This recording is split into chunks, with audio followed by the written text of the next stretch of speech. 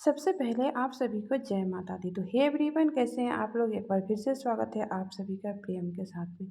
तो आज है नवरात्रि के तीसरे दिन और आज होती है माँ चंद्रघंटा की पूजा, जिसमें माँ चंद्रघंटा को रेड कलर बहुत पसंद है और भोग में खीर बहुत ज़्यादा पसंद है। लेकिन कुछ लोग दूध से भोग लगाते हैं, कुछ लोग दूध से खीर बना के भोग लगाते हैं, कुछ लोग दूध से बनी मिठाइयाँ का भोग लगाते हैं। आप अपने सामर्थ्य के हिसाब से करिएगा, सब लोग अपने सामर्थ्य के हिसाब से ही करती है। इसीलिए आज हमने रेड साड़ी को पहन रखी है। और चावल की खीर तो हम नहीं बनाए हैं, क्योंकि नौमी से पहले तो चावल की खीर नहीं बनेगा। तो मैं यहाँ पे खाली दूध में साबूदाने का खीर बनाई हूँ, जिसमें हमने चीनी नहीं डाली थी। हमने ऊपर से उसमें गुड़ डाली हूँ, जो बुरादा वाला गुड़ आता है ना, मैंने वही लाई थी, तो वो गुड़ डाली हूँ। और फिर मैंने मिल्क केक मंगाया था, तो मैंने वो मिल्क केक भी माता को चढ़ाई हूँ। क्योंकि मेरा मन था कि मैं खीर बना के चढ़ाऊँ, तो इसलिए मैं खीर ही चढ़ाई हूँ।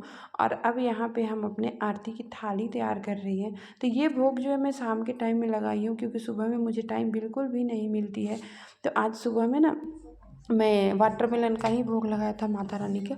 और यहाँ पे आप देखिए, मैं अपने अखंड दीप को जो है ना, उसमें थोड़ा सा फूल जैसा आ गया था, कार्बन बन जाता है, उसे मैं कैंची से साफ़ कर रही थी, साइड से निकाल रही थी और तेल उसमें मैं भर रही थी। और बस माता रानी की असीम कृपा होती है, जो वो आराम से अपना जलते रहता है, सबको देखते रहता है, सबकी रक्षा वही करती है। क्योंकि मन में जब आप आस्था और विश्वास लेकर के कोई भी काम को ठानते हो ना, तो ज़रूर पूरा हो जाती है। और माँ के पास अगर हम बैठ गए, तो भाई, एक बेटी अपने माँ से क्या कहेगी, ये माँ को बोलने की ज़रूरत नहीं होती है बेटी को। माँ उस बेटी को देख कर के ही समझ जाती हैं कि मेरी बेटी हमसे क्या बोलने वाली है। उसके बाद में यहाँ पे मेरा दीपक भी जल गया, भोग भी लग गया, दिया भी जल गया। अब यहाँ पे हम हुमाद करने जा रहे हैं, यानी कि हवन करने जा रहे हैं, जो हम डेली बेस पे करते हैं। तो इस बार हमें ऑनलाइन से ना गोईठी मिल गया था, छोटा छोटा चिपरी टाइप में, तो मैंने वही ख़रीद के मंगाया था। तो यहाँ पे हमने उस गोईठा को तोड़ के रखा, उसमें हमने 4 कपूर रखी और हवन कुंड को जलाया। फिर यहाँ एक पान के पत्ते पे हमने 2 लौंग लिया, फूल वाली लौंग होनी चाहिए, 1 इलायची, 1 बतासे रख के उसमें थोड़ी सी घी रख करके और उस पान को अच्छे से बीरा बना करके हमने उस हवन कुंड में डाल देंगे, क्योंकि माता की ये प्रिय चीज़ है और ये हवन कुंड में डालना बहुत ज़रूरी होता है।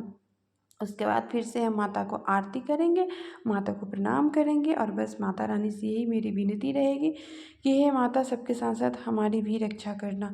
क्योंकि हम अपनी रक्षा के लिए कभी नहीं मांगते हैं, बोलते हैं माता को, बस यही बोलते हैं कि सबकी